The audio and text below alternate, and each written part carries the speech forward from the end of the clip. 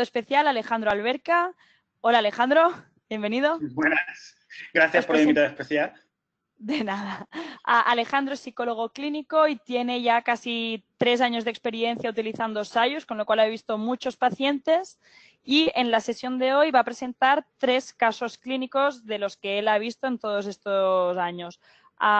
Como siempre, la dinámica de la sesión de hoy va a consistir en la primera hora, Alejandro va a presentar los casos y luego habrá media hora más de preguntas en general o de los casos o si no un poco de debate como hemos hecho en las últimas sesiones.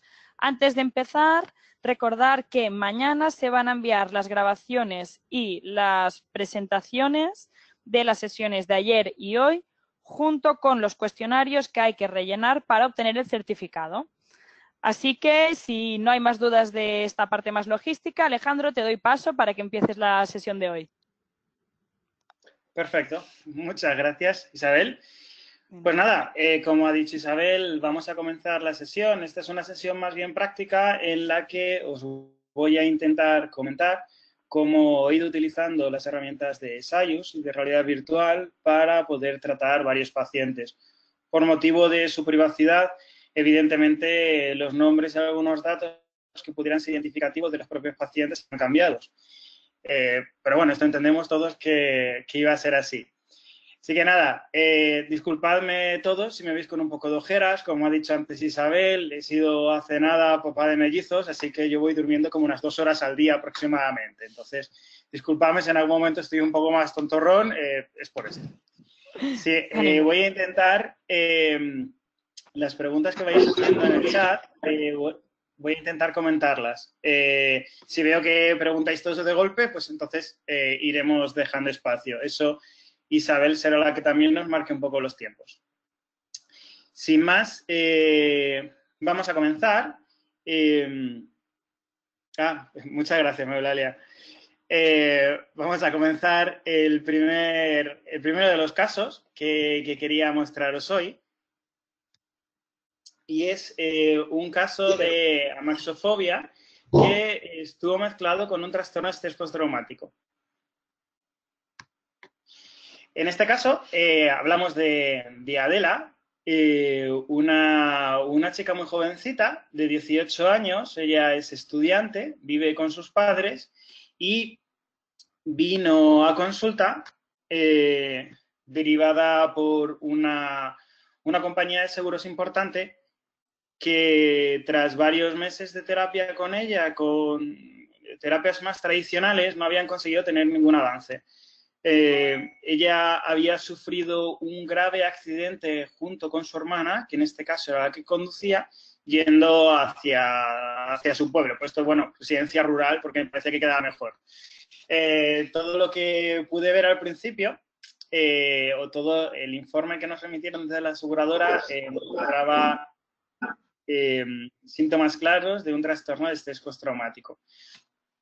Bien, hasta aquí más o menos queda todo claro. Creo que no hay ninguna duda en esta primera presentación. Bueno, importante también un poco de cara a entender si es amaxofobia o no, ella no es conductora.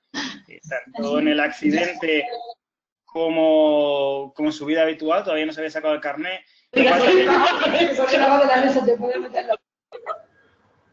He oído ahí un montón de cosas. ¿Alguien preguntaba? Perdón, se ha activado vale, un vale. micrófono, veo, ya está. A ver, espera un segundo, se ha activado otro ahora, vale. Bien, decía que además el hecho de no ser conductora también suponía para mí un pequeño reto, porque ella al principio, aunque tenía mucho miedo, según fueron transcurriendo las sesiones, el hecho de sacarse el carnet de conducir, bueno, pues representaba como un pequeño reto, un pequeño hito que, bueno, de estos que a veces en terapia son chulos intentar conseguirlo, así que es lo que también yo tenía puesto ya un poco a largo plazo. Bueno, ella decía, una de las cosas, como está reflejada ahí, es que sufría pesadillas constantes, incluso en cualquier momento en el que ella se montaba, se acercaba a un coche, ella revivía de una manera muy vívida todo lo que había vivido en el accidente, que además fue un accidente bastante aparatoso dentro de la Comunidad de Madrid, en la cual un coche en sentido contrario invadió su carril y chocó de frente contra ellas. Y esto era lo que ella revivía constantemente.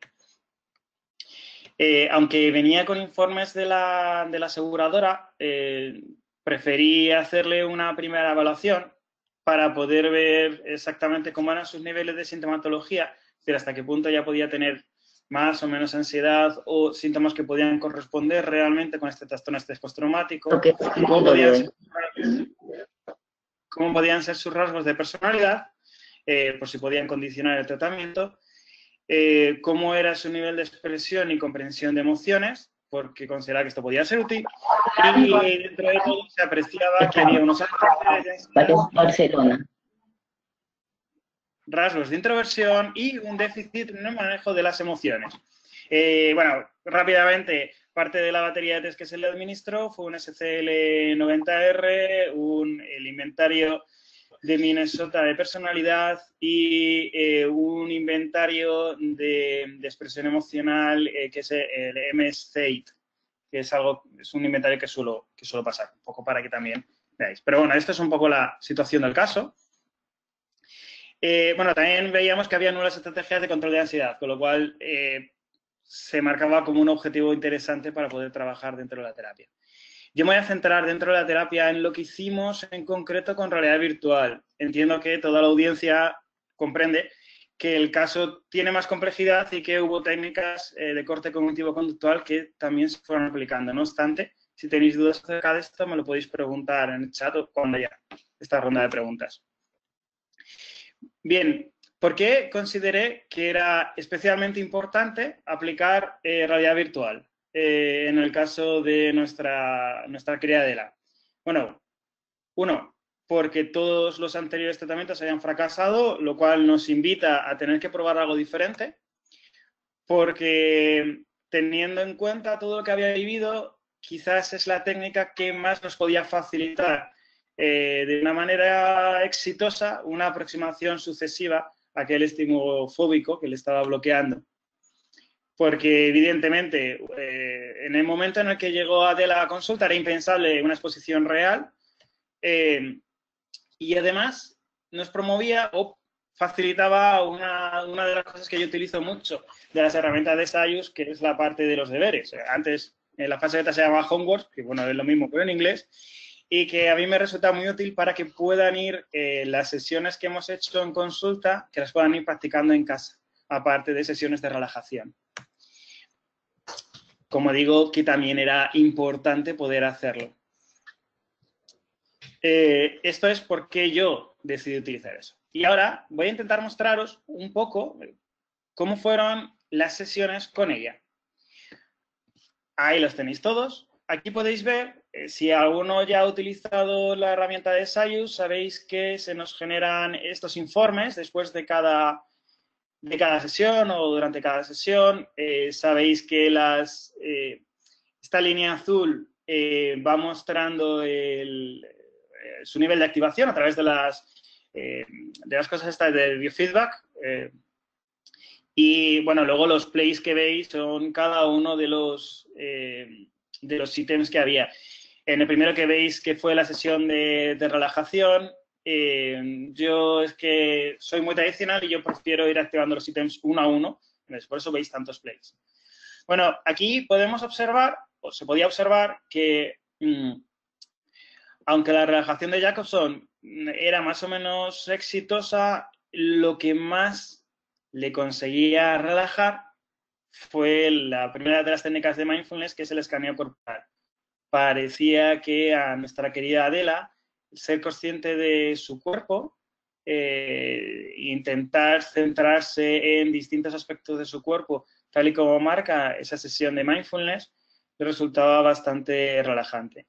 No os he añadido la sesión de respiración diafragmática porque, bueno, el usuario de Sayus, de Adela, lo creé después y esta primera sesión no se grabó, así que me ha sido un poco difícil poderos localizarla, pero la respiración diafragmática y escaneo corporal fueron las dos técnicas de relajación que más le ayudaron. Como os decía antes, siempre pongo esas técnicas de relajación en el inicio para asegurarme que tienen algún tipo de ayuda para poderse enfrentar a ese estímulo que les cuesta, y además siempre las dejo disponibles para que ellos, los pacientes, puedan utilizarla durante el periodo de intersesiones. Porque entiendo que cuanto más práctica tengan, más fácil va a ser que la puedan evocar cuando tengan una exposición en vivo.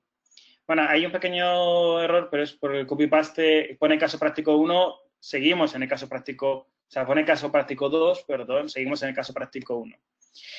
Bien, la otra sesión de mindfulness, bueno, la consiguió relajar, pero bueno, no demasiado. Bien. Ahora ha salido la animación. Vale, aquí tenemos las primeras sesiones o las sesiones que se hizo de conducción. Bueno, espero que en vuestra pantalla lo podáis ver más o menos bien. Si hay dudas, yo tengo el iPad aquí a mano para poderos resolverlas de alguno de los sitios en concreto. Bueno, lo primero que hicimos fue una pequeña conducción por ciudad, que no era, en principio, lo que a ella más ansiedad le iba a generar, porque también quería evaluar cómo lo iba yendo.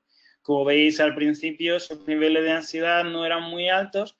Según fuimos poniendo componentes mayores, como más velocidad o frenazos, estos que podemos manejar, subió un poquitín más.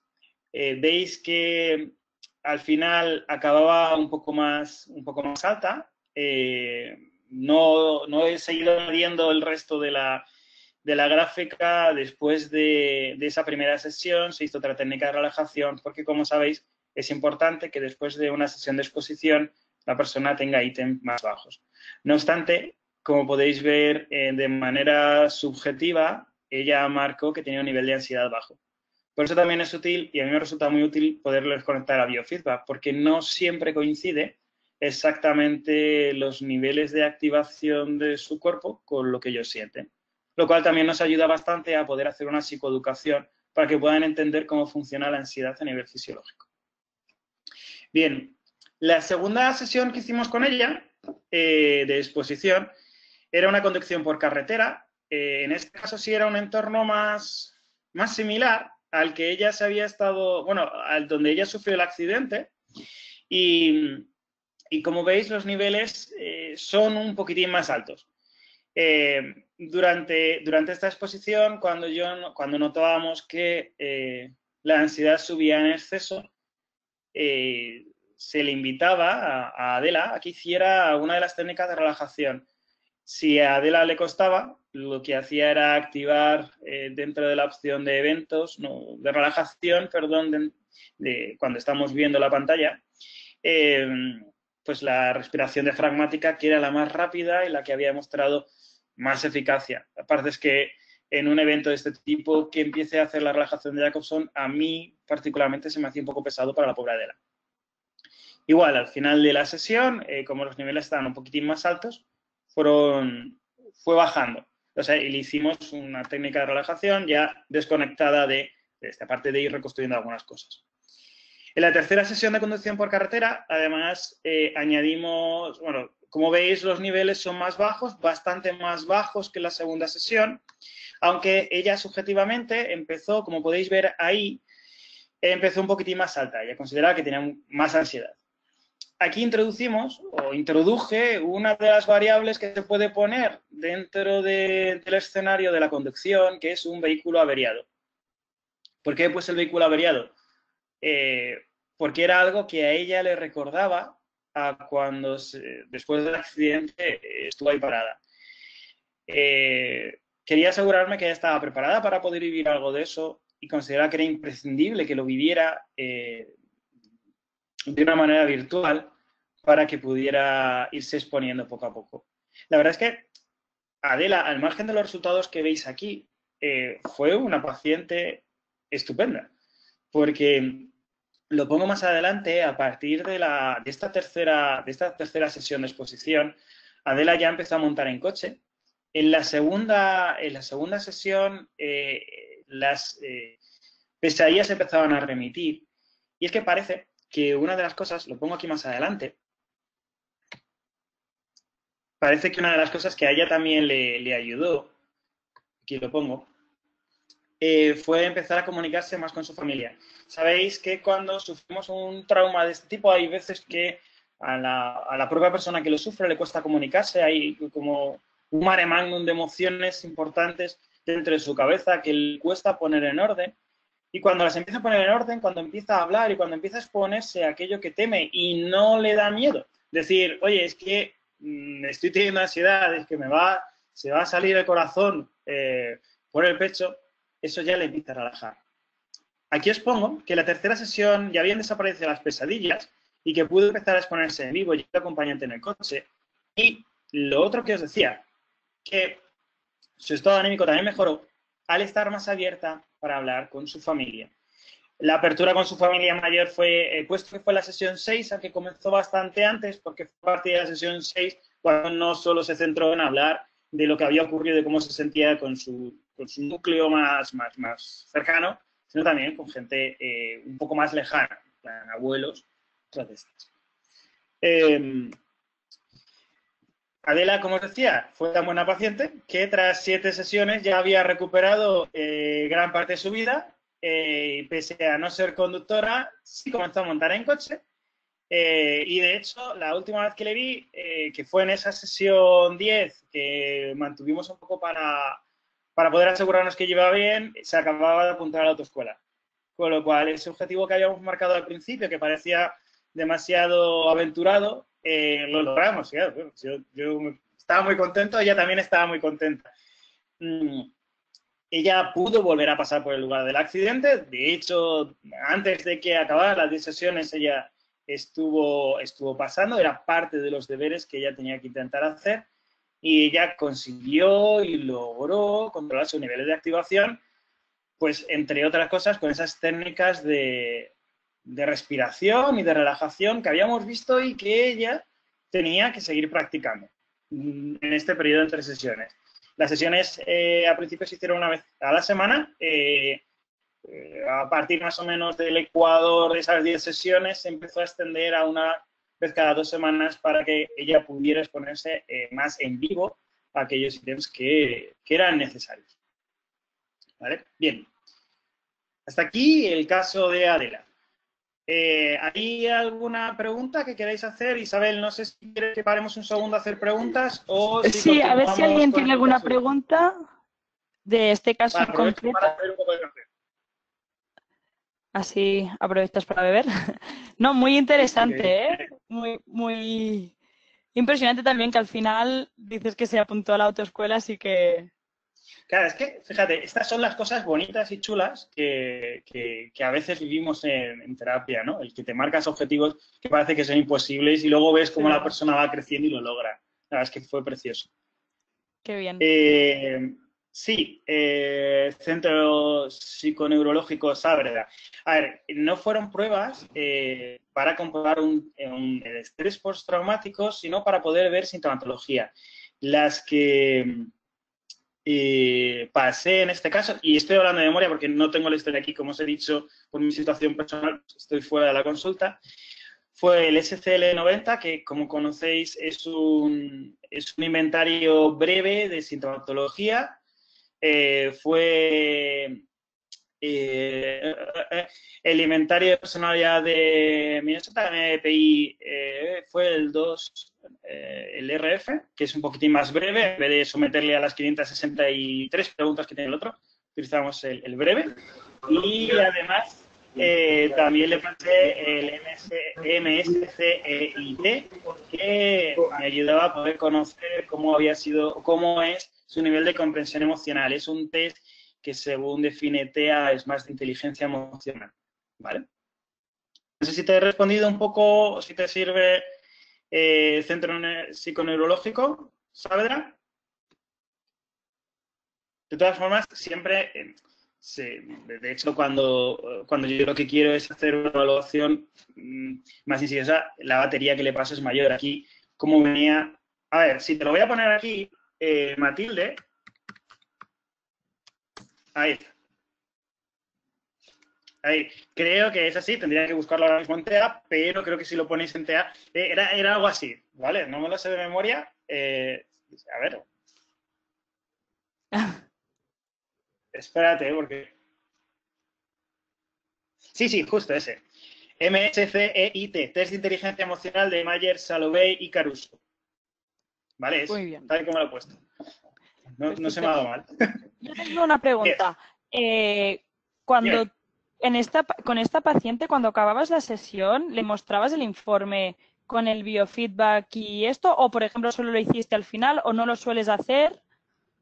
No, yo siempre lo hago, porque, Isabel, a mí me parece que dentro de la psicoeducación resulta muy útil para la persona verlo, ¿no? De hecho, no solo se lo enseño, no solo lo comentamos, sino que siempre le imprimo una copia para que diga, mira, esto es cómo ha ido. Y además le voy explicando, mira, esta subida ha sido justo cuando apareció este ítem. Y aquí, cuando empezaste a relajarte, de repente, mira cómo bajaste. Yo creo que dentro de nuestra labor terapéutica, el enseñar a la persona cómo lo que hace, lo que piensa o aquellas cosas que tiene en su cabeza influyen en su cuerpo y en su activación es que es fundamental. Porque al final lo que buscamos es que la persona no dependa de nosotros. Y para eso necesita saber o tener la información que nosotros estamos obteniendo. Por eso yo siempre lo comento y de hecho siempre se lo doy cuando acaba la sesión. O sea, ellos tienen todos las salidas estas que estáis viendo. Y unas cuantas más. Perfecto. Pues yo creo que podemos pasar al siguiente caso. Vale, vamos al siguiente caso. A ver. Vale, este caso sí es un caso más puro de maxofobia. En este caso vamos a hablar de Berta, una funcionaria de unos 45 años. Siempre voy a quitar años en estos casos porque es siempre mejor. Y os sitúo un poco en el caso, es decir, os cuento qué es lo que me encontré yo el primer día que Berta acudió a mi consulta. Bueno, ella vino derivada por otro terapeuta con el cual llevaba un año en tratamiento y no había conseguido resultados adecuados en este aspecto. Entonces, Berta había visto, nos había conocido a nosotros que hacíamos este tipo de técnicas de realidad virtual y dijo, oye, pues voy a intentarlo. De hecho, la terapeuta le animó y dijo, oye, sí.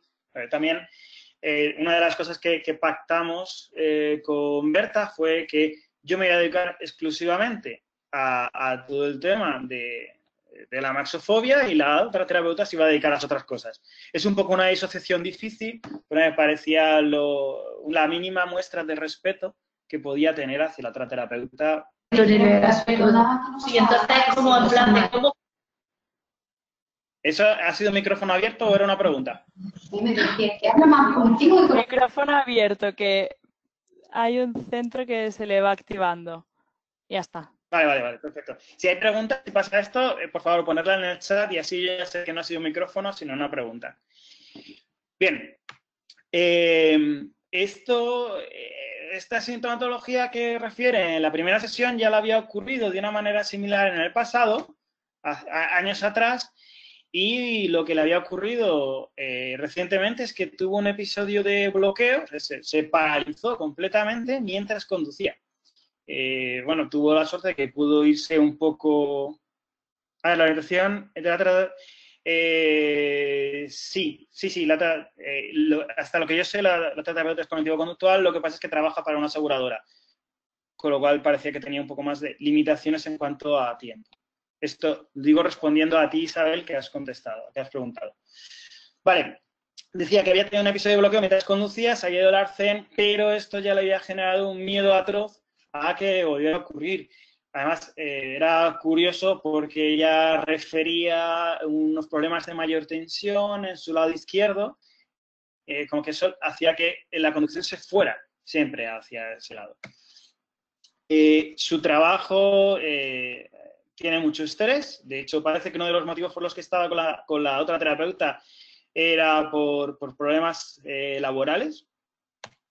Y, bueno, a ella siempre le había gustado conducir. He puesto ahí que lo hacía con mucha soltura porque decir lo que me decía ella me parecía un poco fuerte escribirlo aquí. Ella decía que le gustaba conducir muy rápido y haciendo mucho bruto. O sea, pero bueno, eso lo digo, no está apuntado. A ver, ¿por qué creo que este dato es importante? porque para una persona que no le gusta conducir o para una persona que a lo mejor no lo ha hecho, no ha conducido con tanta soltura, el empezar a tener miedo a conducir no le resulta tan incapacitante. Es decir, no vive la pérdida de una manera tan grave como alguien a quien le guste mucho conducir y que lo haya disfrutado tanto. De hecho, ya me contaba episodios en los que antes de sacarse el carnet de conducir, ella cogía el coche con sus padres y se iban a dar vueltas por su pueblo. Y, bueno, era una persona que realmente había disfrutado un montón. Bueno, aquí dice que no podía coger el coche. Dice, ella me decía, no puedo coger el coche, me aterra. Creo que me voy a ir a un lado o me voy a quedar parada en mitad de la carretera. Bueno, ella venía con ese informe de anterioterapeuta en la que se relataba sus niveles de sintomatología, unos rasgos de personalidad determinados y los antecedentes clínicos. Dentro de ese informe y de lo que se pudo hablar con la otra terapeuta, se vio que efectivamente tenía unos altos niveles de ansiedad con frecuentes somatizaciones gastrointestinales y musculares, aparte de cefaleas, que sí tenía ciertos rasgos de introversión, evitación y rumiación ante problemas y que tenía poca comunicación emocional. Bueno, Berta es una de estas personas que habla mucho pero dice poco. Es decir, tú estás con ella y habla, pero lo que es hablar de sus cosas personales o sus problemas le costaba un montón. Esto imagino que todos habréis tenido pacientes de este tipo que aparentemente son muy extrovertidos, pero en realidad no lo son tanto.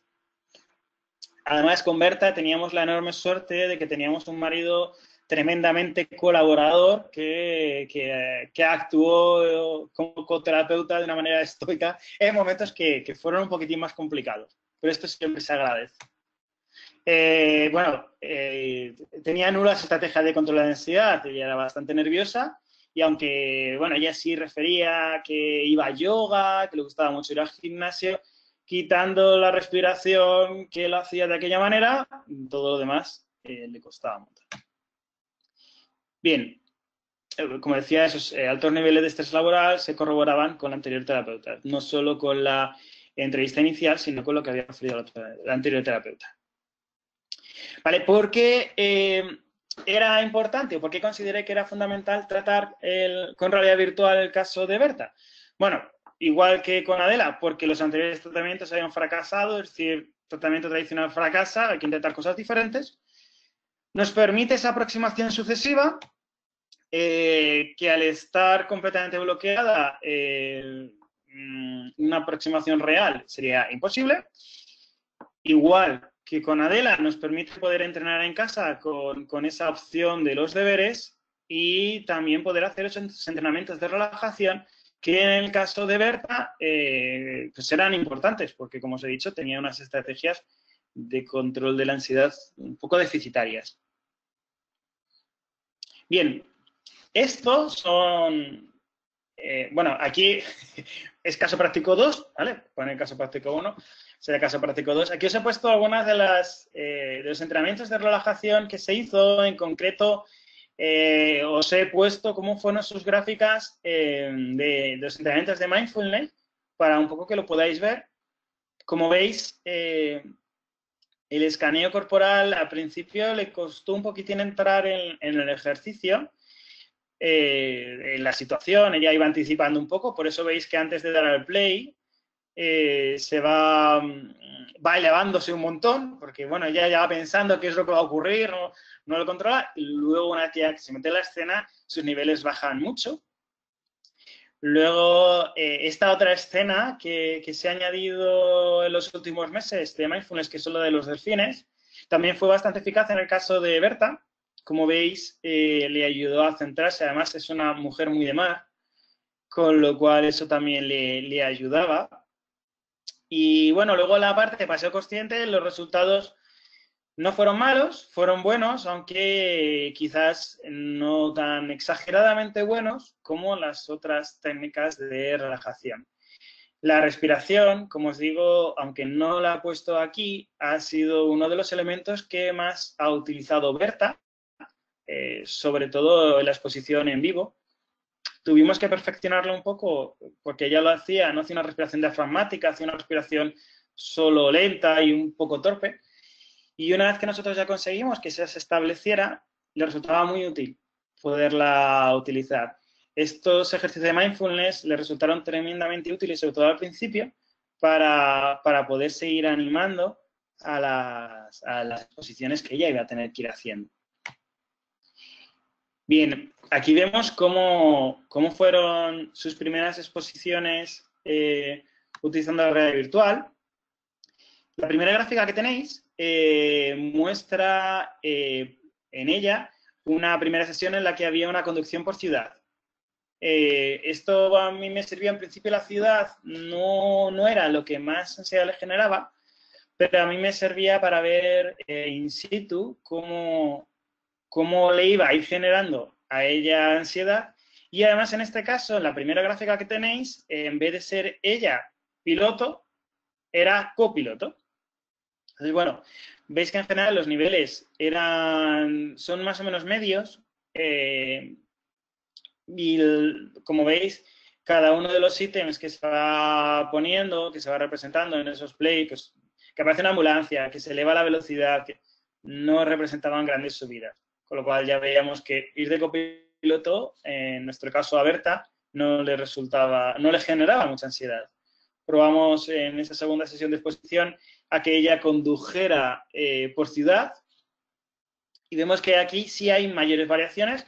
Bueno, nota, es importante que tengáis en cuenta que aunque parezca que las gráficas, que la gráfica de arriba tiene un nivel de activación mayor, recordad que lo hace un poco en proporción. Es decir, en realidad la gráfica de abajo tiene puntuaciones mayores, solo que está más disminuido, más achatadita.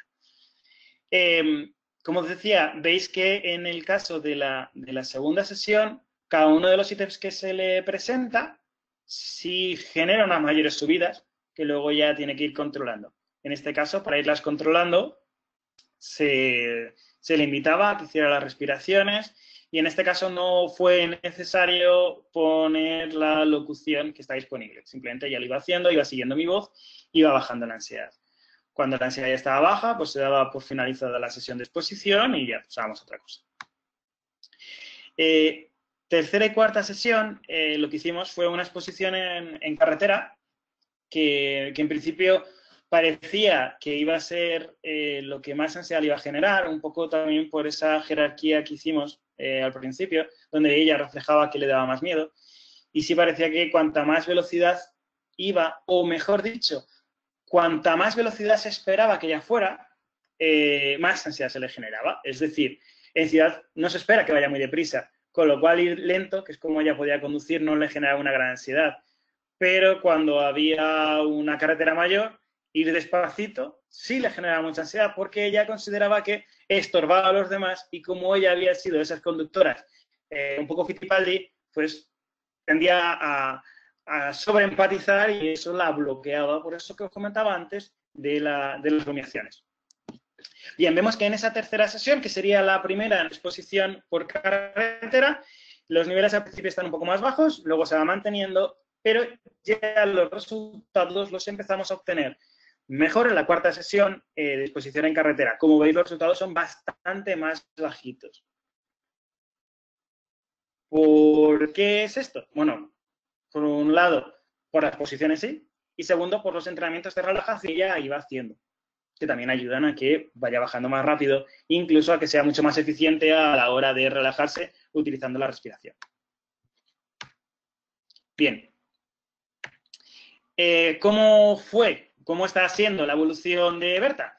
Bueno, Berta, a partir de la cuarta sesión ya comenzó con la exposición en vivo. En este caso, la exposición en vivo lo empecé a hacer también con ella y lo hacíamos en ciudad.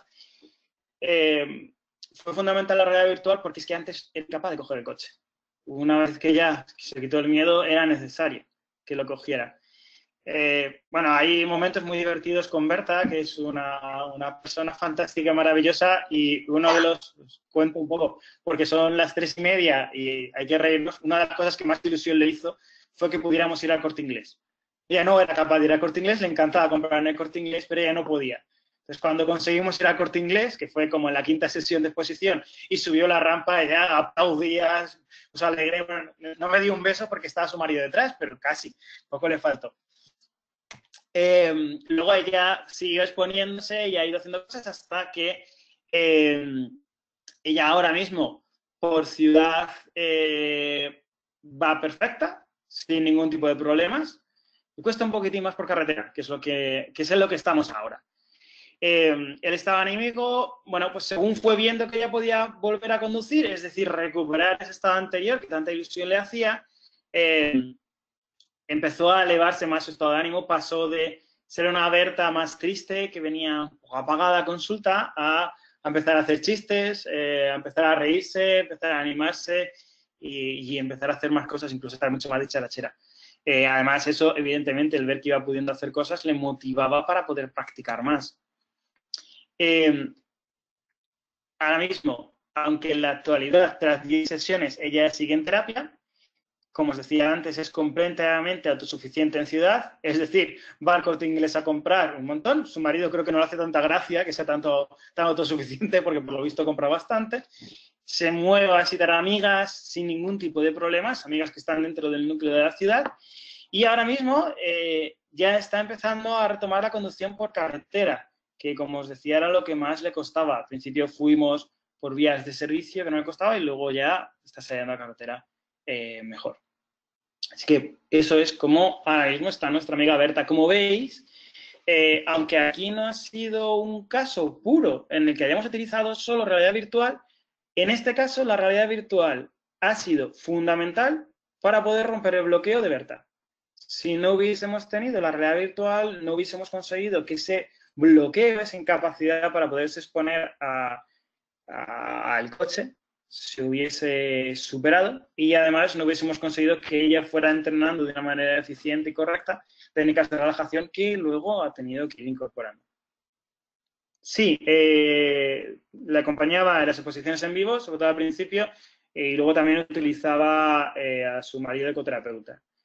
Era importante que yo al principio la acompañara por ese vínculo terapéutico que se generó y dado que al principio con su marido no se sentía tan cómoda para hacer esas exposiciones.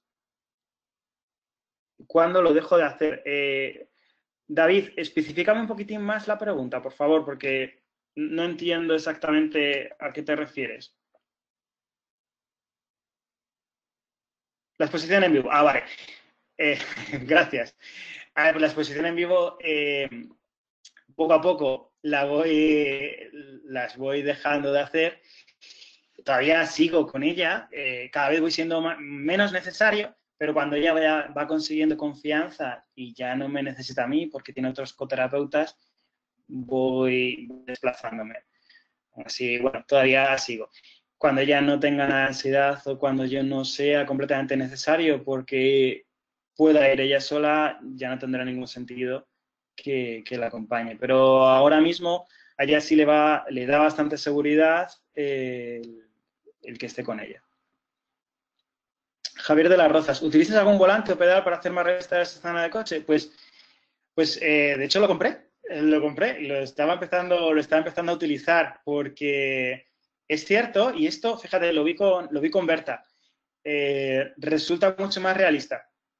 El que lo puedan coger, aunque al final la sensación es un poco diferente porque ellos no terminan de conducir, sí es cierto que ayuda. Y además, y para esto es fantástico, hay una aplicación móvil de cosas de segunda mano en los cuales puedes comprar volantes de videoconsolas o de PCs antiguos muy baratos y son bastante útiles para esto. Lo malo es que es cierto que es un cacharro enorme. Pero sí, precisamente con Berta lo empecé a utilizar. Así que, oye, si tú tienes que hacer un caso de maxofobia y puedes utilizarlo, pues genial. Aumenta mucho la situación de realismo. Aquí, bueno, opinión personal. Creo que cuando hacemos exposiciones, todos los elementos que se pueden incorporar de fuera que aumenten el realismo va a ayudar a que el paciente se meta más en situación. Es decir, igual que cuando hablamos... Justo, pues lo está diciendo David, que tiene un matiz facilita la inversión. Claro, es que todo lo que haga que pueda ser más real, pues inclusive cuando estamos en el avión y hay turbulencias, mover un poco el asiento, o en el escenario del pinchazo, evidentemente coger un portaminas y que note el tacto ayuda. La realidad virtual, por lo que yo he visto en estos casi diría 4 años utilizándola, es muy eficaz, pero faltan cosillas que si las podemos incorporar como el volante, como esto, va a ayudarnos siempre. Vale, ¿alguna pregunta más respecto al caso de Berta? ¿O paso al siguiente? Sí, yo creo que puedes... Ah, mira, hay otra pregunta. Sí, las exposiciones en vivo que les acompaña, supongo que limitas el tiempo, evidentemente. Las exposiciones en vivo tienen tiempo de sesión, o sea, no hay más, o sea, no son más largas. ¿Cuánto cobro? Igual es que soy un poco tonto, pero cobro lo mismo que una sesión normal. Entiendo que hago un trabajo similar y que no debería cobrar más. Sé que hay personas que una exposición en vivo, con mucha razón, las cobran más. Yo en este caso no. Esto es una cosa personal. Sí, les hago firmar un documento en el cual ellos se comprometen o sea, ellos se les explica lo que se va a hacer y, bueno, pues se comprometen a aceptar una serie de normas y pues si hubiera algún percance, evidentemente. Pero sí, esto es necesario. Y además, tal y como está la RGPD últimamente, pues firmar documentos es algo que nuestros pacientes tienen que hacer en todos los casos. ¿Alguna pregunta más? Yo creo que podemos pasar al siguiente caso. Vale, de momento yo creo que vamos bien de tiempo, Isabel. Nos faltan como 19 minutos sí. para acabar, así que creo que va bien. Vale, Perfecto. el siguiente caso. Un caso de acrofobia, es decir, de miedo a las alturas. Además, os he puesto esta foto porque describe un poco muy bien lo que podemos sentir todos. Este es un caso particular, es muy divertido. Es un chico, Carlos, de 13 años, evidentemente es estudiante. Viene traído por su madre, que, bueno, casualidades o no tanto, es amiga de Berta. Y viene refiriendo que tiene un miedo excesivo a las alturas que le impiden hacer una vida cotidiana normal para un chico de su edad. Es decir, tiene 13 años, sus amigos son bastante activos. No sé si vosotros tenéis algún paciente de esta edad. Yo tengo varios y al menos en la zona donde yo trabajo, pues les gusta hacer parkour. Entonces, bueno, pues, este chico que le cuesta, sus amigos hacen este tipo de cosas, se acaba quedando un poquitín más de lado. Aparte, claro, ir a parque de atracciones, pues no va porque le da mucho miedo y, bueno, eso también le va generando un poco más de aislamiento. Se realiza una entrevista inicial con Carlos y los padres, en el cual se empiezan a vislumbrar esos rasgos que tiende la introversión, es decir, es un chaval como muy timidillo. Parece, o los padres así lo refieren, que ha podido sufrir bullying en el centro escolar anterior y por lo que él luego me cuenta en alguna sesión, parece que hay casos en los que se meten con él, le pegan, esto marginan, cosas que podían ser similares. Tienen unas estrategias de comunicación bastante malas. Bueno, esto no sé si es sintomático o es de ser un adolescente, pero bueno, le cuesta hablar de lo que siente, de lo que piensa. Tiene bajos niveles de autoconfianza. No sabemos si es antes o huevo la gallina, me refiero a si es producido por ese supuesto acoso en el colegio o ya venía de antes. Y utilizando algunos de esos instrumentos de medida, como el MACI o como el SCL-90, vemos que efectivamente tiene altos niveles de ansiedad, que efectivamente tiene esos rasgos que se empiezan a ver de introversión, evitación y rumiación, y que efectivamente tiene muy poca comunicación emocional.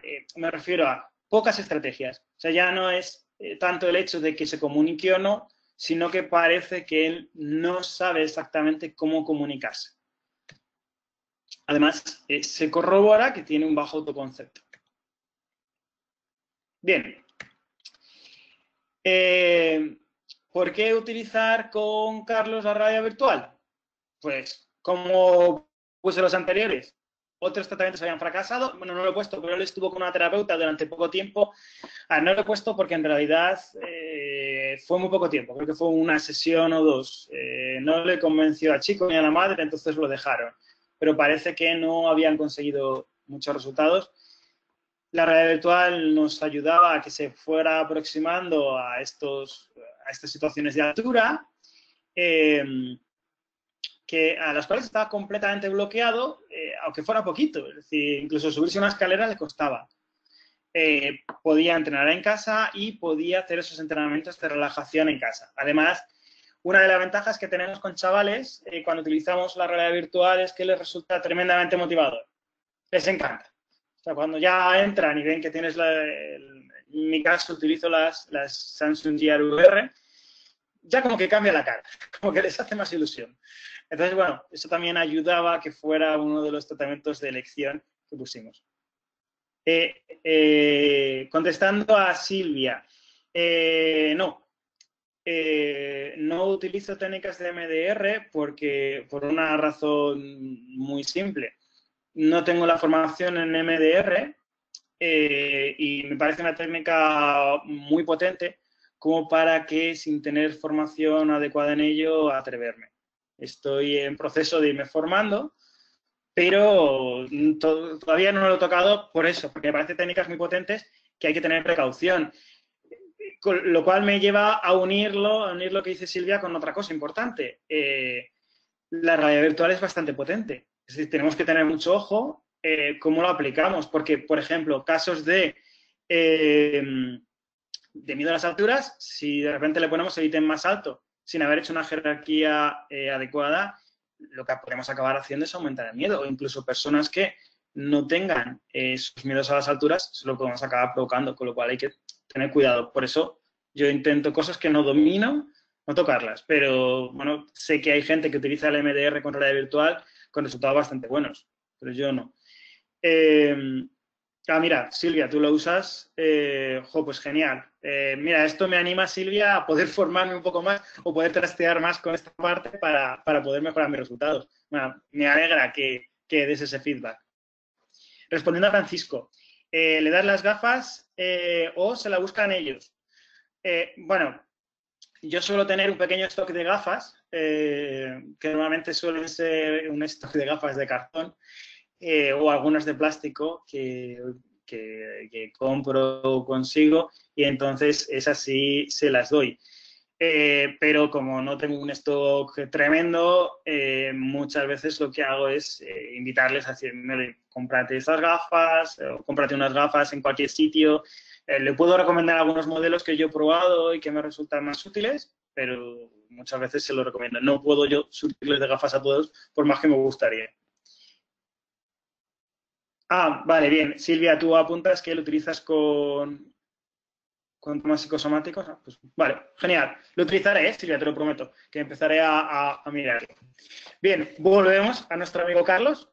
De todas maneras, Francisco, abro paréntesis, últimamente en Amazon hay gafas de realidad virtual bastante baratas,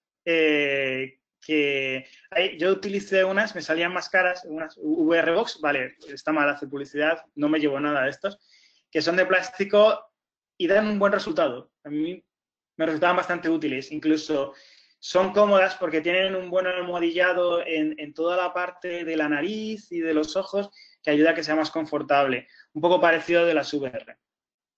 Pero bueno, eso ya es cuestión de mirarlos, oscila mucho el precio. Perfecto, Silvia, pues estamos en contacto. Por ahí tendréis mi Twitter, mi correo, pues me vas escribiendo todo lo que quieras. Digo, volvemos a Carlos. Os decía que era muy motivado para la ciudad. Luego, aquí es, luego en la ronda de preguntas hablamos un poco de las partes técnicas para los deberes, dado que también está Isabel, porque hay veces que esto es un poco un calvario, ayudar a que lo instalen todo. Pero bueno, esto lo dejo para después. Vale, luego te lo paso. Silvia, luego vemos cómo pasártelo. Voy a seguir con esto. Bien, aquí tenemos Bueno, otra vez, perdonar estos fallos, problemas de sueño, caso práctico 3, pone arriba el caso práctico 1, caso práctico 3. Bien, aquí vemos cómo han sido las técnicas de relajación que se han incorporado, en este caso con Carlos. Bueno, realmente de mindfulness solo es escaneo corporal, las otras dos son relajación normales. Vemos que Jacobson le resultó muy útil.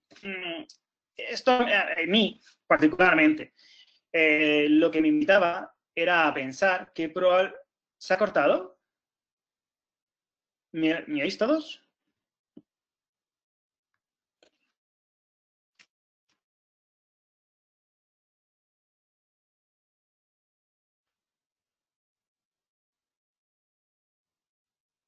Ah, vale, sí, me oís. Vale, perfecto. Que como ha dicho Isabel, se haya cortado. Perfecto, pues sigo. Decía que algo tan importante, a mí lo que me invitaba a pensar es que probablemente a nivel psicosomático estuviera siendo más potente. Entonces, bueno, le ayudaba a relajar los músculos. No te preocupes, como tendrías la grabación, María Eulalia, luego lo puedes mirar. Gracias por decir que es interesante. El escaneo corporal, como veis, fue bastante más plano. Probablemente esto también influye en que el nivel de mindfulness de un chaval de 13 años no es tan potente, o su nivel de concentración, como puede ser de un adulto. Pero bueno, aún así, siempre me gusta hacer este tipo de técnicas con niños. De hecho, el escenario de mindfulness con niños lo utilizo con bastante frecuencia, porque siempre les puede ayudar a concentrarse. La respiración diafragmática no os he puesto la gráfica, porque, bueno, no la tenía por lo mismo que os había dicho antes. Los usuarios de los pacientes los creo cuando ya les voy a mandar los deberes y en este caso lo creé en la segunda sesión y fue en la primera sesión cuando hicimos la respiración diafragmática. Bien, ¿seguimos? Bien, estos fueron, en este caso, os voy a poner una lámina por cada una de las sesiones más significativas de exposición, un poco para que lo veáis.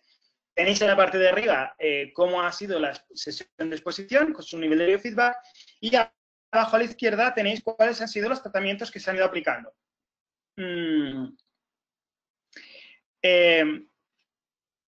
Como veis, comenzamos con uno de los escenarios que hay de acrofobia, que es el balcón en un quinto piso. Y, bueno, él fue sintiéndose... Bueno, es la primera parte. Como veis, no hay una gran activación. Él no refería sentirse demasiado nervioso o que le generara mucha ansiedad. Cuando ya le metimos un poco más en harina en el ascensor, que demostró ser uno de los que más ansiedad le generaba, como veis, sus niveles fueron subiendo conforme íbamos aumentando pisos, o en este caso, que veis aquí esta exposición, no se pasó del segundo piso. Pero bueno, ya ir estando, acercarse al borde, alejarse, le generaba estas subidas. Luego le puse la noria en el parque de atracciones, que al ser un vídeo parece que le generó menos ansiedad. De igual manera, el edificio en Nueva York. Y luego quise que acabáramos con dos ejercicios de relajación. El primer ejercicio de relajación, el del Parque Nacional de Dorrigo, lo quise utilizar porque si alguno lo habéis utilizado, es un ejercicio de relajación muy bonito que tiene una cascada. Es decir, hay un componente de altura. Quería ver hasta qué punto ese componente de altura le podía sobreponerse o contrarrestar las situaciones de relajación. En este caso no le influyó mucho. También es cierto que tal y como se lo había puesto él, la cascada la tenía detrás y solo le influía cuando le decía, oye, date la vuelta y mira la cascada. Aún así, poquito. Luego hizo relajación bajo el mar y con eso acabamos. Como veis, los niveles del final de la relajación fueron bastante bajitos. Incluso la relajación en el Parque Nacional del Dorrigo bajó bastante. Los ejercicios que él tenía para sus deberes eran los de bajo el mar. aunque yo siempre les dejo las sesiones que hacemos disponibles para que ellos puedan seguirse exponiendo. Pero yo lo que le dije es que tenía que practicar la relajación bajo el mar. Bueno, hasta luego, Isabel, que he visto que acabas de poner eso, estaba yo centrado en lo otro. Bien, la segunda sesión, en este caso, nos centramos más en el piso de Barcelona, que está como en un balcón, y en el ascensor, que es el que había demostrado tener más, ser más ansiógeno para él. En este caso, veis que la gráfica ha incluido también, está incluido sus niveles subjetivos de ansiedad, para que también veáis cómo le influía. Veis que en el de Barcelona sus niveles no eran muy altos. Podéis ver que hay un 5 ahí que sube un poquitín y es cuando yo le dije, oye, acércate un poco, o le animé a que como que se asomara. Yo le agarraba y le decía que sonaba. No te preocupes, J. Pastor. Tienes la grabación, luego lo podrás seguir viendo. Luego, en el ascensor, veis que hay un punto de subida, veis que está en el 5 y que luego va bajando. Vale, ¿esto cómo lo suelo hacer yo? Yo lo que les digo es, cuando están en un punto muy alto o cuando están, por ejemplo, en el ascensor y ya quiero que vayamos acabando la sesión, les animo y les digo, mira, vamos a ir respirando como tú sabes. Si consigues bajar la puntuación de feedback que tienes aquí, yo te bajo un piso. Eso, bueno, pues, ¿qué es que no les acaba motivando? Les acaba ayudando a hacer mejor el ejercicio, a centrarse más, poco a poco les voy bajando. Os diré que les suelo bajar el piso, aunque no se relajen mucho, un poco para darles feedback positivo. ¿Por qué utilizo esto? Dos motivos. Uno, como juego, sobre todo con chicos. Dos, para que ellos vean que pueden bajar su nivel de ansiedad y que, en cierta manera, bajar su nivel de ansiedad les ayuda a controlar el estímulo que les da miedo. Y tres, porque en parte es lo que van a tener que hacer cuando no estemos nosotros presentes. Pues bueno, eso les ayuda a entrenar. La segunda y tercera sesión, que me he ido para atrás. Como veis, son más o menos similares. Tenemos también Barcelona y ascensor, mismos ítems. Cada vez voy subiendo o vamos subiendo más respecto a las alturas. En la tercera sesión no hay registro de biofeedback por un problema técnico que tuvimos con los biofeedback que no funcionaban. Pero ya está reparado y la siguiente la podéis ver en la quinta. Cuarta igual. En este caso nos centramos solo en el ascensor.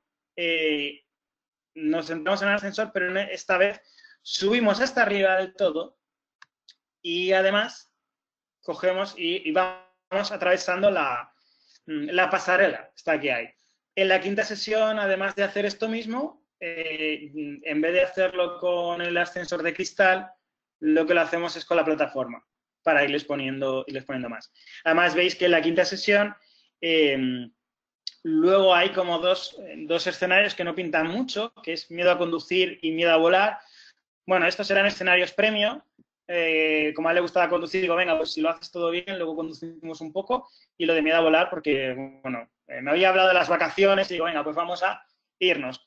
Luego acabamos, después de volar, acabamos relajándonos en una playa. Bueno, es un poco para que también le resultara más entretenido, dado que le había estado fastidiando, poniéndoles alturas que le costaban. Bien. ¿Cómo ha sido la evolución de Carlos? Y con esto ya voy cerrando esta parte que muchos os estáis yendo. Bueno, a partir de la sexta sesión, él empezó a exponerse más en vivo. Pudo completar desde la cuarta todo esto en el ascensor. Y el segundo día, y esto fue muy divertido, el segundo día saltó la valla de un colegio. Bueno, esto es un poco gamberrete. Bueno, es un chaval, quería jugar al fútbol en un colegio que estaba por la tarde, era el suyo y se saltó. Esto, ¿por qué era importante para él? Y él me lo contaba y decía, bueno, esto no lo vayas haciendo mucho. Porque jamás lo había podido hacer. Nunca había podido ponerse salto a una valla y él se atrevió, lo cual fue súper importante. Y luego su estado anímico, evidentemente, como él cada vez iba pudiendo hacer más cosas, también en parte cosas que le asemejaban a cosas que hacían sus compañeros, su nivel de autoconcepto fue mejorando progresivamente. y se fue sintiendo cada vez mejor. Es cierto que con Carlos el vínculo terapéutico es muy bueno y él se mete conmigo y dice, oye, no sé si venir aquí, me fastidia, pero bueno, nos reímos bastante y es muy divertido estar en las sesiones con él.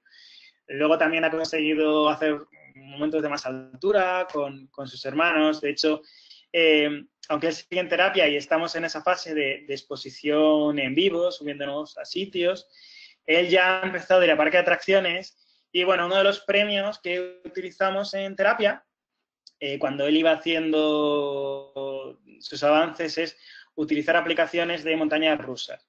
Si alguno de vosotros tenéis la Samsung VR, sabéis que Samsung tiene una especie de market de realidad virtual y algunos juegos de montañas rusas. Bueno, esto lo utilizaba yo como premio, que en el fondo es también exposición, porque es altura y es velocidad. Pero bueno, a él le divertía y lo utilizaba. Como veis, hay veces que cuando hacemos técnicas de realidad virtual hay que ser creativos, buscando más cosas. Bien, en principio esto es todo lo de Carlos y además perfecto porque son las 4. Así que a partir de aquí os dejo que me atoseguéis a todas las preguntas que queráis. Te cedo el mando, Isabel, para que controles temas de preguntas, tiempo. Vale, perfecto. Vale, bueno, pues ahora las preguntas a Alejandro sobre los casos o si también queréis comentar pacientes similares que hayáis tratado o, bueno, o si hacer algunas preguntas. Yo te quería comentar algo del último caso, pero ya se me acaba de ir, así que nada.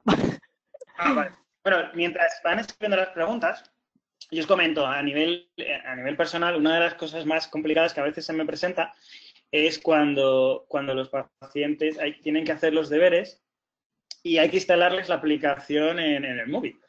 Claro, hay pacientes que lo hacen, cuanto más jóvenes son los pacientes, más fácil lo hacen porque tienen que tener habilitado la instalación de fuentes desconocidas. De desarrolladores desconocidos. Esto a veces les cuesta un poquitín. Y hay móviles en los que funcionan mejor y otras veces funciona peor. Esto sí. Imagino que vosotros, Isabel, lo sabréis. El tema de los acelerómetros es lo que a veces da un poquitín más de problema. Sí, exacto.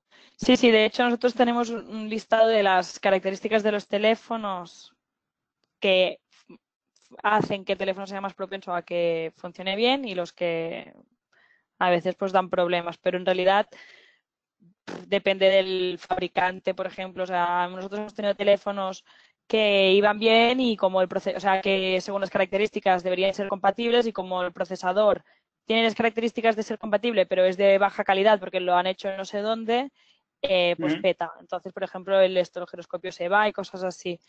Esto sí que es un poco... De hecho, ahora no sé si estáis al corriente que han salido las Oculus Go, que serían como una Samsung Gear VR, es decir, que no van conectados al PC, que el motor de las gafas, o sea, del que mueve el entorno virtual está en las gafas y van sin móvil. Entonces, y esto, el equipo completo, ahora te lo estoy diciendo de memoria, pero son 150 euros, 180. Entonces, claro, si puedes tener unas gafas de alta calidad, nivel Samsung Gear VR, pero por 150 euros, estamos mirando de adaptar Sayus para que sea como mucho más fácil tener un headset de calidad y compatible. Sí, no, porque eso al final es importante la sensación de inmersión. Evidentemente no es lo mismo cuando utilizamos unas gafas como la Samsung VR o cuando el equipo que tengo yo de sustitución, que es un BQ con unas gafas ¿Omido? Sí, justo eso. Omido, sí. Claro. No es lo mismo. No. Claro, pues tienes que ajustar el móvil ahí un poco a mano o cuando tienes lo otro que va. Sí, perfecto. Y aparte la resolución de la pantalla, todo esto. Pues en principio las Oculus Go, que ya no es móvil y gafas, sino que va todo junto, en principio el coste es el mismo que el conjunto que sería BQ más Omido. Sí. Entonces, por eso vamos a sacar. Mira, hay una pregunta, Silvia pregunta cómo funciona en el iPhone. No funciona en el iPhone. No. En iPhone no. Porque la aplicación de Sayus es APK, es Android. Entonces, me corriges si me equivoco, Isabel. No. Entonces no se puede instalar en un iPhone. Correcto. Lo cual es una falla para mí, porque yo tengo iPhone y tengo un iPad. Yo lo más que hago es en el iPad donde envío los escenarios.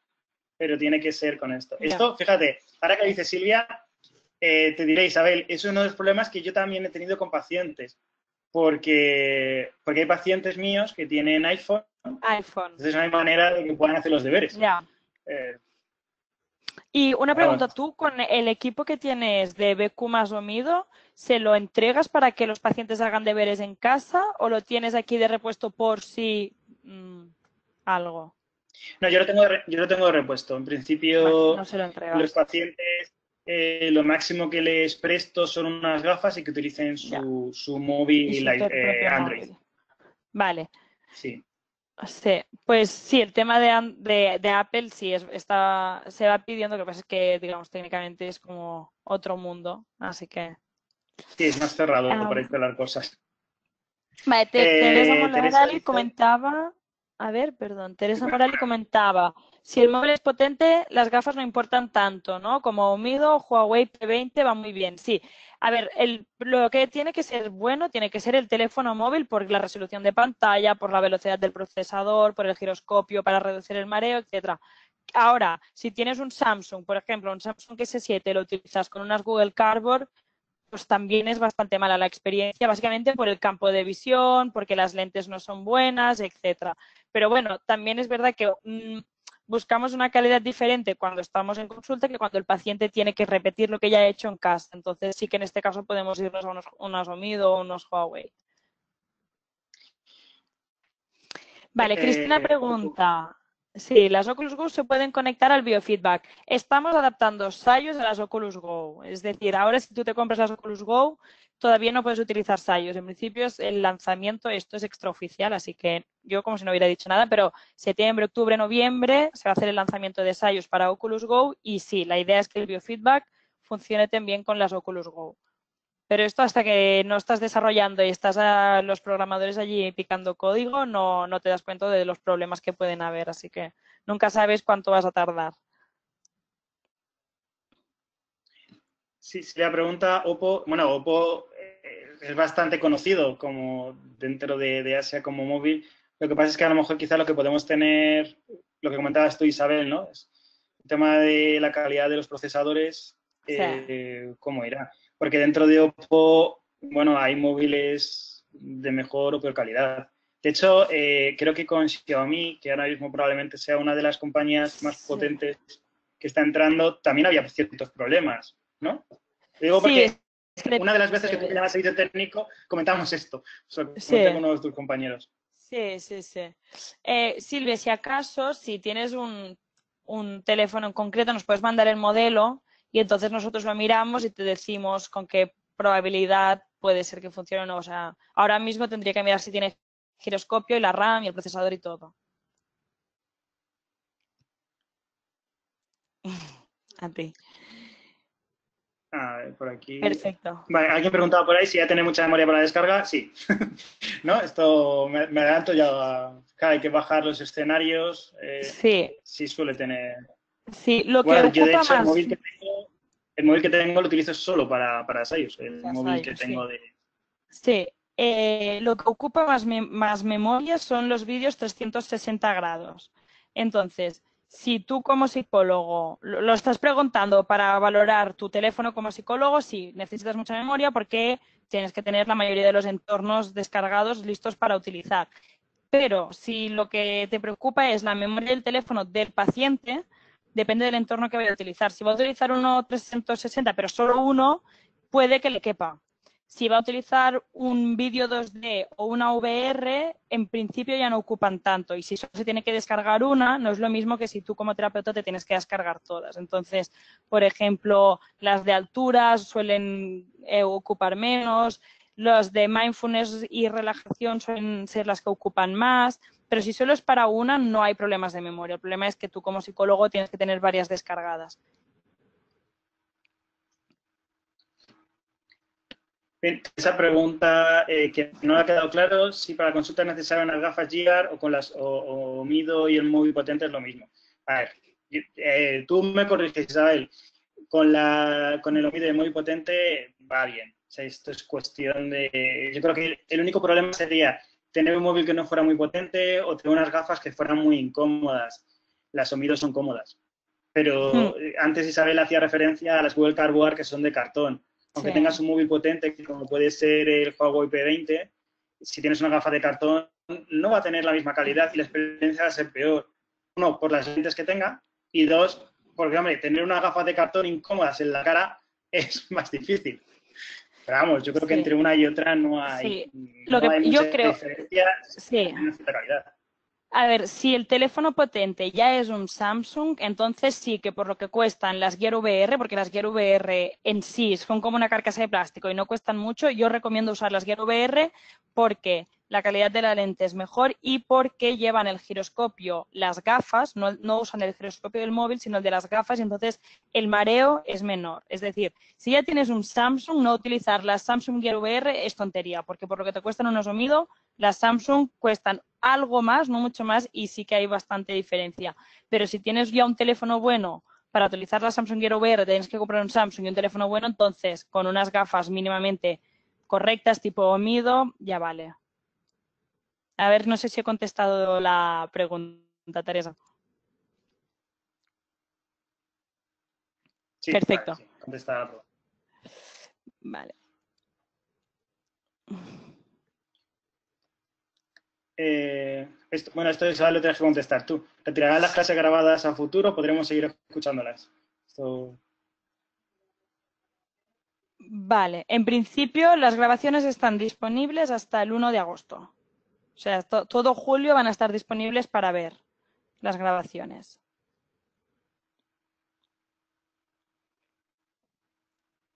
Vale, por aquí preguntan también, Síndrome de... María José, con Tourette, pues yo particularmente no lo he utilizado. No sé si vosotros, Isabel, tenéis experiencia. Hombre, sí puede ser complicado si los motores son muy grandes, pero a lo mejor podría ser útil, pienso, haciendo ejercicios de mindfulness para que la persona pudiera conseguir centrarse. No sé, Isabel, si vosotros Sí. tenéis No tenemos experiencia con... experiencia. Ahora no me viene ningún caso a la cabeza, la verdad. A lo mejor lo que se podría, se me ocurre, pero es que yo creo que aquí sí que dependería un poco de los tics del paciente en concreto. A lo mejor se podría empezar sin poner las gafas, pero usando los auriculares para hacer un ejercicio a lo mejor de mindfulness o relajación para reducir la actividad y luego, si realmente se ve que hay algo de efecto, probar poniendo las gafas para ver si hay más efecto. Pero ya te digo que yo creo que dependerá un poco del paciente. De todas maneras, eso, yo creo que, como dice Isabel, ¿no? Al final, una de las cosas que tenemos que hacer los clínicos con cierta precaución es, bueno, pues ir abriendo campos. Es que la realidad virtual es ciertamente algo joven. O sea, es decir, se va creando, se van haciendo cosas y hay veces que somos los que estamos a pie de campo los que también podemos ir guiando, ¿no? Y ir haciendo cosas. Yo creo que una de las cosas buenas que yo en este tiempo que estoy trabajando con las herramientas de ensayos que he visto es que, bueno, es cierto, Isabel, que soy bastante receptivos. Se dice, oye, mira, es que esto sería útil a lo mejor incluirlo y se va incluyendo.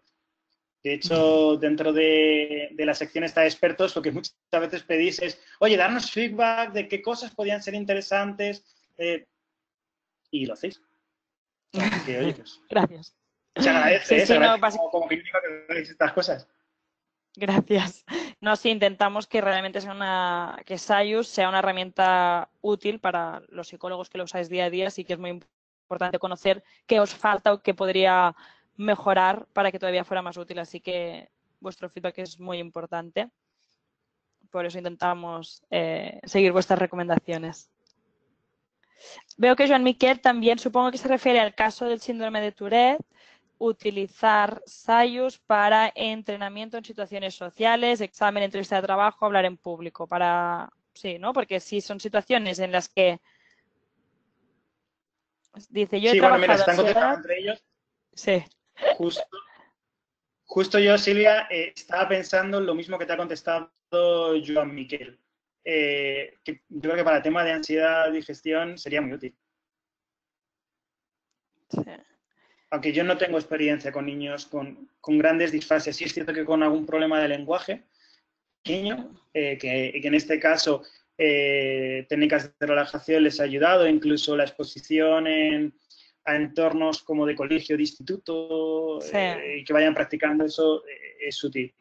Es lo que yo he hecho, ¿no? No con disfasia diagnosticada, sino con ciertos pequeños problemas de lenguaje pequeñitos, o sea, no llegando al tema de O sea, lo que haces trastorno. es exponerlos en situaciones donde por la presión social o la situación les genera más ansiedad y entonces se acentúan estos problemas de lenguaje y los expones para que no les afecte tanto. ¿Es esto lo Claro, que...? yo lo que he hecho con estos chicos es, primero, reforzar mucho técnicas de relajación para que sean capaces de controlar ese componente ansiógeno que puede provocar o que puede aumentar esos problemas de tartamudeos o de bloqueo en el lenguaje. Y una vez que esto ya está bien incorporado, yo he pasado a exponerles a situaciones que tradicionalmente han podido provocar este tipo de Vale. sintomatología, como por ejemplo institutos, situaciones sociales, etc. Ujú. Pero bueno, aquí veo qué gusto, audiencia. Se van contestando, van compartiendo la experiencia entre ellos, Juan Miquel, Graciela. Genial, oye. Yo aprendo un montón así. Esta es la idea. Sí, sí, es genial. Bueno, no sé si tenéis alguna duda o queréis compartir alguna de las cosas que habéis ido haciendo vosotros con realidad virtual. Eh, casos de... Antes es que estoy pensando que el caso que has comentado de amaxofobia, bueno, de amaxofobia, perdón, de trastorno por estrés postraumático y que por ello tenía, evitaba y no podía subir en coche ni como copiloto. eh, yo quería preguntar, veo que Joan Miquel ahora ha puesto otra pregunta, perdón, me adelanto. Eh, hay el evento de ver un accidente. Yo no sé si cuando hiciste estas sesiones ya existía este Sí. evento o no. A ver, creo que el evento de ver un accidente, no sé si te Bueno, refieres a es un vehículo averiado. coche parado. Sí, perdón, ahora Este es el sí, que, un vehículo averiado. claro, esto es lo que yo comentaba, eso lo utilicé en el caso 1, Vale, que fue un elemento importante o clave porque le recordaba o tenía esas reminiscencias de lo que ya había vivido. Entonces se lo vale. iba poniendo para irlo viendo. Pues sí, sí, evidentemente lo utilicé. Sobre Y Joan Miquel, sí, a que ver. si trabajo con autoescuelas. No, o sea, no. En principio no trabajo con autoescuelas porque no, bueno, se me había ocurrido el ir a una autoescuela y decir, oye, mira, si tenéis estos problemas, pero probablemente no sea una mala idea. De hecho, tal y como lo dice yo, Miquel, el poder hablar con autoescuelas para que, bueno, sepan que existen esos servicios. Yo es que, bueno, el ámbito en el que trabajo es más clínico, no me voy promocionando por autoescuelas, pero es súper interesante para cosas como la maxofobia. Sí es cierto que Mm. con el tema de miedo a volar, durante un tiempo estuvimos teniendo como una especie de convenio con una persona que hacía vuelos en avioneta. Entonces, cuando acababan la parte de la exposición en realidad virtual, se iban a la avioneta. Pero lo de la autoescuela es interesante. En nuestro caso, no tenemos ningún tipo de convenio. Ujú. Sí, sí, sin duda, Joan Miquel. Eh, es un buen negocio, o sea, es una buena idea y que además yo creo que puede facilitar mucho. Quizá aquí la duda es cuántos pacientes reales con amaxofobia van a ir a una autoescuela. O sea, Te van a venir de una autoescuela, claro. que es yo la duda que tengo y quizá por eso no me lo planteé. Es cierto que puede haber algunos que tengan miedo o que tengan dificultades, pero no sé si lo suficientemente motivados como para reconocer que tienen un problema. Lo digo porque yo entiendo que una persona que tiene una maxofobia es que ni se plantea ir a una autoescuela. Aún Ya. así, creo que está bien el que las autoescuelas lo puedan saber para que, bueno, si ven que alguna persona tiene estos miedos, te lo puedan derivar. Mira, Graciela comenta que en el RAC utilizan la realidad virtual, pero para conducción. ¿Te refieres a entrenar para conducción, no esos cursos que hacen de conducción prudente, ¿no? Para los conductores temerarios que les quitan el carnet, o sabes para qué lo utilizan específicamente? Sí, para, ¿no? Esos cursos de, no sé cómo le llaman, pero educación, de conducción prudente, o no sé cómo le llaman. Interesante. Sí, no, si es que la realidad virtual se está utilizando cada vez para más cosas. Ah, para sacar el carnet. Bueno, bien, bueno, puede ser interesante. Lo que pasa es que yo creo que ahí para sacarse el carnet, yo casi prefiero que una persona que saque el carnet haya cogido un coche de verdad del todo, ¿eh? Pero al principio está bien. Ujú. Y otra pregunta, Alejandro, y bueno, y para todos los asistentes, ¿eh? En el entorno de la carretera introducimos unas marcas de neumáticos en el pavimento, como si fueran de un coche que se hubiera ido hacia los lados. ¿Os lo ha comentado algún paciente de que se haya fijado en estas marcas y les haya dado más ansiedad o pasan desapercibidas? A mí, en mi caso, no. También te digo Vale. que es que la calidad de la imagen que vemos los terapeutas Ya, es un poco regular. O sea, yo no la ya. había visto. Si no me lo dices, lo veo. Vale, Pero vale. no sé, Sí, tendría no, que... en el ordenador no sale. Es en las Luego, gafas, mira, vale. aquí hay un debate interesante que estáis poniendo en el chat del tema del intrusismo. Bueno, yo creo que quizá esto sea un mal que los psicólogos llevamos viviendo desde hace un montón. De hecho, no sé si es meterme en camisa de once varas o no, pero la famosa figura del coach creo que es algo que tenemos que tener cuidado, porque es cierto que hay coaches que han hecho coaching después de hacer psicología y con conocimiento de psicología, pero hay otros que no. Evidentemente, Mm. comparto lo que está diciendo Teresa, tenemos que reivindicar nuestro rol y cuando detectamos casos de intrusismo, deberíamos notificarlo. Yo soy de Madrid, formo parte del colegio, o sea, estoy en el Colegio Oficial de Psicólogos de Madrid y hasta hace, bueno, de hecho creo que sigue, ha habido una campaña para denunciar el intrusismo. Yo creo que es lo que tenemos que hacer, porque como decía antes, es que este tipo de herramientas, sin un conocimiento adecuado, pueden ser muy peligrosas, es decir, se pueden generar miedos, se pueden generar fobias, se puede hacer mucho daño. Y evidentemente nosotros tenemos que velar por las personas.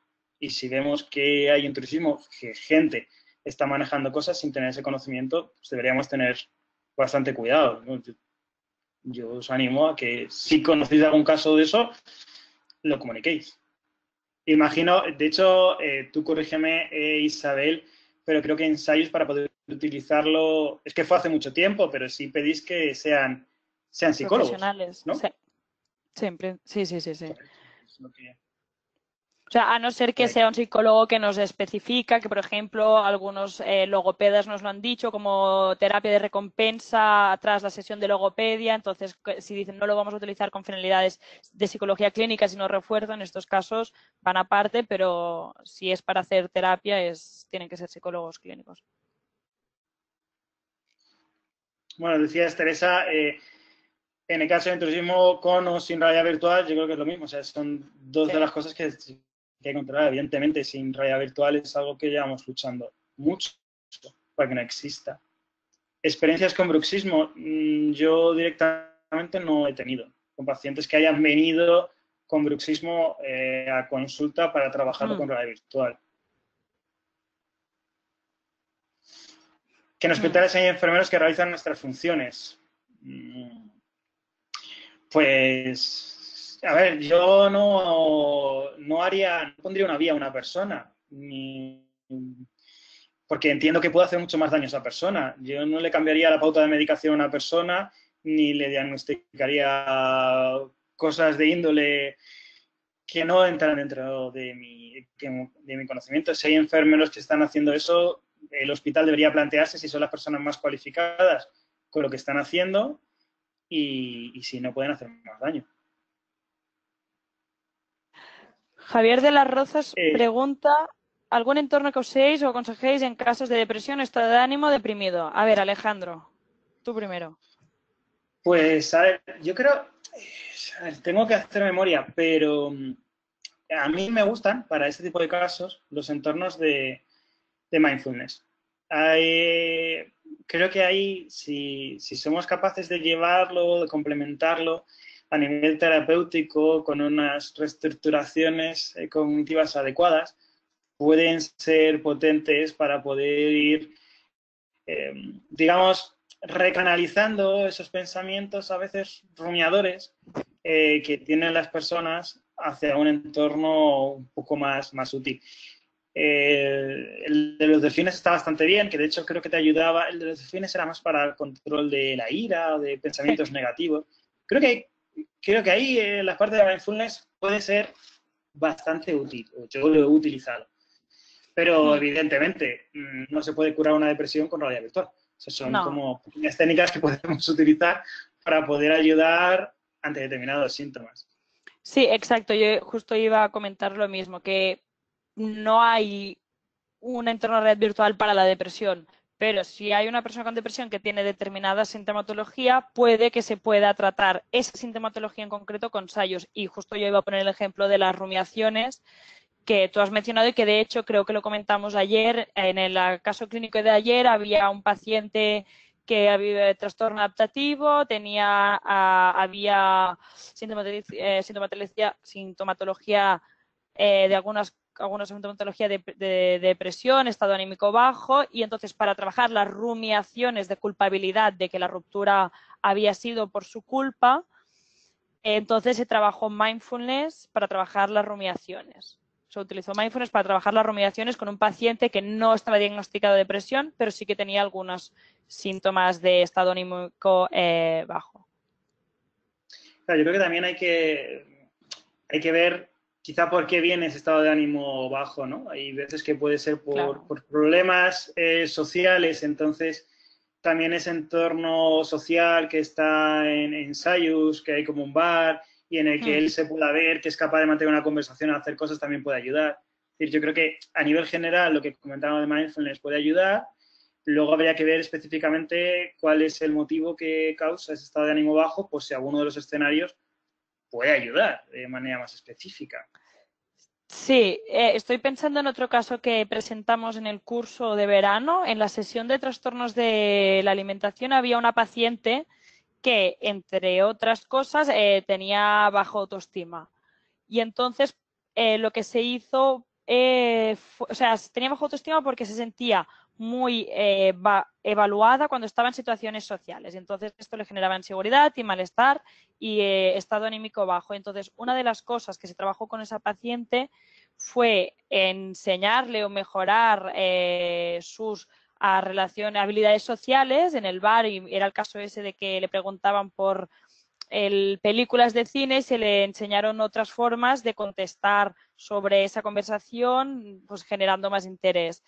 Y en ese caso, lo que se vio es que el hecho de que ella viera que se desenvolvía mejor en situaciones sociales, le mejoraba su autoestima.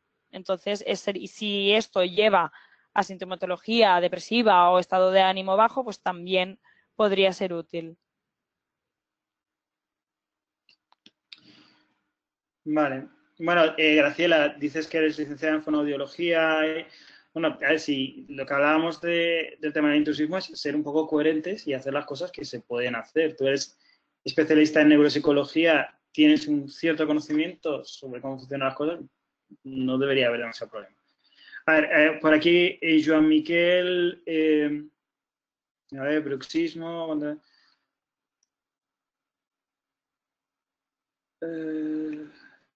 Vale, creo que Joan Miquel está respondiendo a una pregunta que habían hecho antes de experiencia con bruxismo. Sí, de Silvia. Vale, pues, nada, no es pregunta, sí, a mí me parece correcto.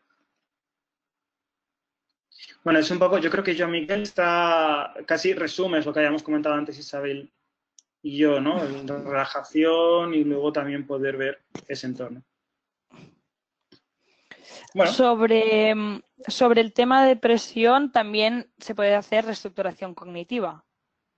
Si en el paciente con depresión se detectan que hay pensamientos distorsionados, se puede enseñar lo que es la reestructuración cognitiva, enseñar al paciente a generar pensamientos alternativos y entonces ponerle las gafas de realidad virtual reproduciendo alguna de esas situaciones donde le suelen aparecer las distorsiones cognitivas, en situaciones sociales, no soy interesante o no me apetece estar aquí porque todo el mundo pensará que soy un aburrido, o estando en casa, poner la situación y entonces allí hacerle hacer el ejercicio al paciente de que genere los pensamientos alternativos. Bueno, uno, que detecte los pensamientos distorsionados y dos, que genere los pensamientos alternativos.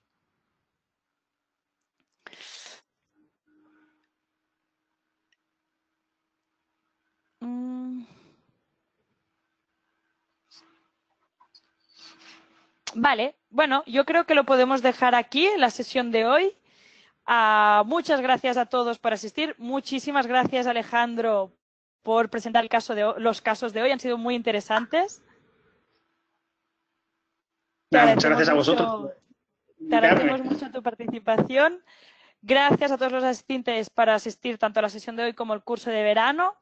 Esperamos que lo hayáis disfrutado. Hemos intentado que fuera una edición muy práctica, con muchos casos prácticos y más generando debate. Como sabéis, vamos a mandar los cuestionarios de fin de sesión de ayer y de hoy. Se van a mandar mañana. Y ya veréis que el último cuestionario tiene algunas preguntas extra para hacer una valoración general del curso. Es muy importante que lo rellenéis de la forma más honesta para que podamos mejorar futuras ediciones.